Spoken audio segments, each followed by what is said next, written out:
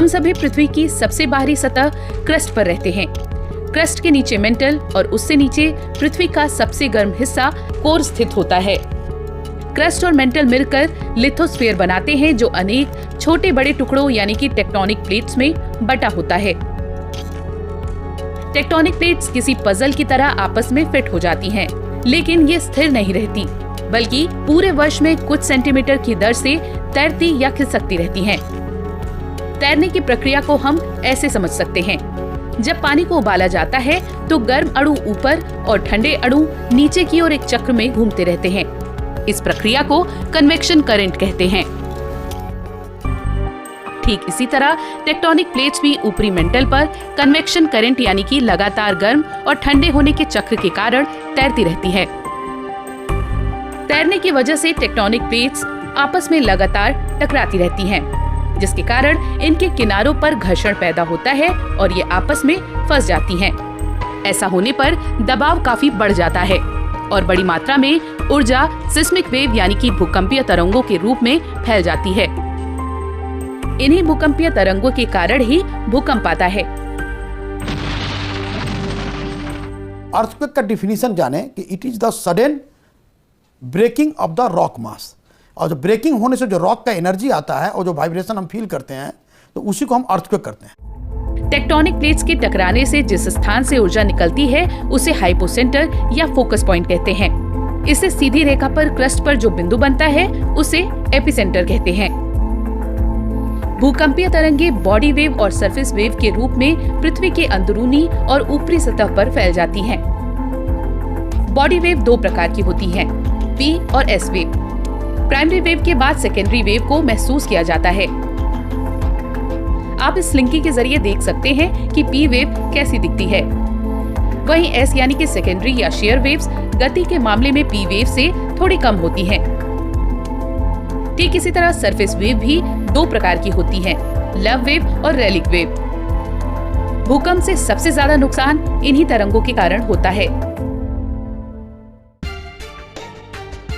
भूकंपीय तरंगों का पता लगाने के लिए सिस्मोमीटर का उपयोग किया जाता है। इसके साथ लगा हुआ उपकरण सिस्मोग्राफ इन्हें रिकॉर्ड करता है और इससे जो रिकॉर्ड तैयार होता है उसे सिस्मोग्राम कहते हैं। ये हमारे हृदय की धड़कनों को मापने वाली ईसीजी जैसी ही दिखाई देती हैं। हमें हर किसी चीज को मापने की जिज्ञासा होती है। भूकंप को मापने की कोशिश भी कोई नई बात नहीं है। आइए इसके इतिहास को जानते हैं। गणितज्ञ ज़ैंग हैंग ने सुदूर आए भूकंप की दिशा का पता लगाने के लिए सिस्मोस्कोप विकसित किया था। सिस्मिक वेव को मापने वाला पहला उपकरण 132 एडी में चीन में विकसित किया गया। एक जो है टाइप ऑफ द एक पेंडुलम से भीतर में एक पेंडुलम है कि नहीं? भीतर में एक पेंडुलम है जो कि लेवर डिवाइस से जुड़ा हुआ है ये, और इस ड्रैगन के मुंह में बॉल है। आप इस डायग्राम देखिए, ड्रैगन के मुंह में बॉल माने जस्ट लाइक आयरन बॉल है, और सबके मुंह में आयरन बॉल है। तो कहा जाता है कि जब भी कोई थोड़ा भी शेकिंग होगा तो लेवर जो है डिस्टर्ब होगा, और लेवर के डिस्टर्ब होने से पेंडुलम हिलेगा, और जैसे ही पेंडुलम हिलेगा देन ये बॉल जो है गिर जाएगा, सब बॉल गिरेगा। लेकिन जब पहला बॉल जहां गिरेगा वो उसके एपिसेंट्रल डिस्टेंस को इंडिकेट करता है। इसके बाद 1875 में फिलिपो कैची ने पहला सिस्मोग्राफ विकसित किया। 1898 में भारत की पहली सिस्मोलॉजिकल ऑब्जर्वेटरी अलीपुर कोलकाता में स्थापित की गई। भूकंपीय वेधशाला एक ऐसा स्थान होता है जहां भूकंप को मापने वाले उपकरणों को रखा जाता है। शुरुआत में भूकंप को मापने के लिए इस उपकरण का इस्तेमाल किया जाता था। इसमें एक फ्रेम पर स्प्रिंग लगा होता था, जिसके निचले हिस्से पर एक भार लगा होता था जिसमें एक पेन स्थित होती थी। तो जैसे ही भूकंप आता, उपकरण में लगा भार स्थिर रहता, लेकिन पृथ्वी के कंपन की वजह से फ्रेम और स्प्रिंग हिलना शुरू हो जाते हैं और कागज पर भूकंपीय तरंगों की आकृति बन जाती है। सभी सिस्मोमीटर एक ही सिद्धांत पर काम करते हैं, बिना हिले धरती में होने वाले कंपन को मापना। 1990 से एनालॉग की जगह डिजिटल टेक्नोलॉजी ने लेनी शुरू कर दी। आधुनिक सिस्मोमीटर गए हैं। सिस्मोमीटर ऊपर नीचे, उत्तरी दक्षिणी और पूर्वी पश्चिमी दिशाओं में गति करने वाली भूकंपीय तरंगों के प्रति काफी संवेदनशील होते हैं। इसके बगल में लगा हुआ एक्सेलेरोमीटर तेज गति का पता लगाता है। आम जीवन में भी एक्सेलेरोमीटर का उपयोग होता है। अगर आपका स्मार्टफोन आपके कदमों को गिनता है या फिर लैंडस्केप से पोर्ट्रेट मोड में बदल जाता है तो इसका मतलब है कि इसमें एक्सेलेरोमीटर लगा हुआ है। आधुनिक सिस्मोग्राफ में डिजिटाइजर लगा होता है जो एनालॉग सिग्नल को डिजिटल सिग्नल में बदल देता है।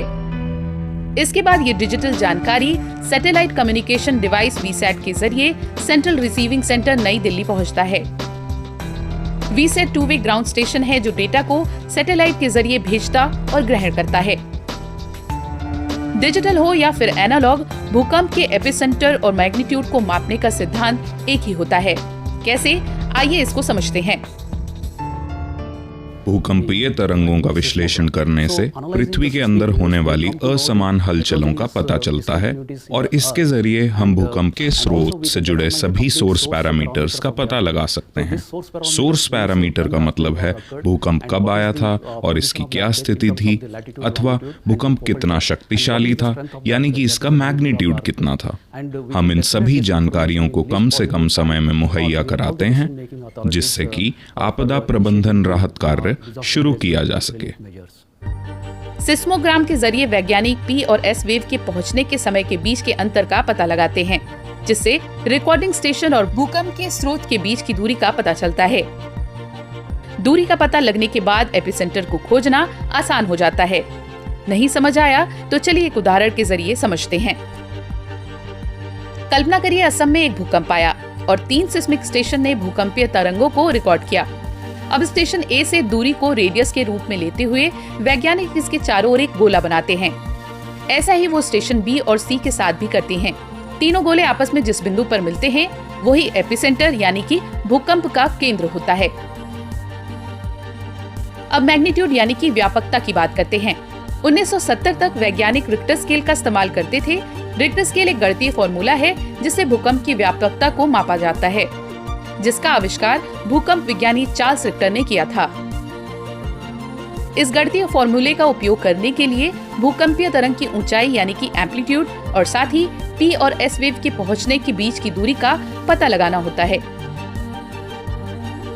रिक्टर एक लॉगरिथमिक स्केल है। इस स्केल पर एक पॉइंट की भी बढ़ोतरी भूकंप की व्यापकता में 10 गुना वृद्धि को दर्शाता है। इसका मतलब है 5 मैग्नीट्यूड पर आया भूकंप 4 मैग्नीट्यूड से 10 गुना शक्तिशाली होता है। लेकिन 6.5 मैग्नीट्यूड से ऊपर आए भूकंप के लिए रिक्टर स्केल उतना सटीक नहीं होता। इसके बाद 1970 में मोमेंट मैग्नीट्यूड स्केल विकसित किया गया, जो ज्यादा सटीकता से भूकंप को मापता है। भारत में रिक्टर और मोमेंट मैग्नीट्यूड स्केल दोनों का ही प्रयोग किया जाता है। मोमेंट मैग्नीट्यूड स्केल चट्टानों की गतिविधि और भूकंप के केंद्र पर हुए नुकसान के जरिए और भी सटीक तरीके से भूकंप की व्यापकता को मापता है। हालांकि इनकी गणना करना एक मुश्किल काम है, लेकिन स्मार्ट एल्गोरिदम से ये आसान हो जाता है। भूकंप वैज्ञानिक कंप्यूटर आधारित इन गणनाओं की जांच करते हैं और उसके बाद ही भूकंप से जुड़ी जानकारी आम लोगों तक पहुंचती है। अब बात करते हैं इंटेंसिटी की, जिसे अक्सर हम मैग्नीट्यूड के साथ मिला देते हैं या फिर दोनों के बीच का अंतर नहीं कर पाते। भूकंप की इंटेंसिटी यानी कि तीव्रता को सर्वे के आधार पर मापा जाता है। इसमें आम लोगों के अनुभव, भूकंप से इमारतों और पर्यावरण पर पड़ने वाले प्रभाव भी शामिल होते हैं।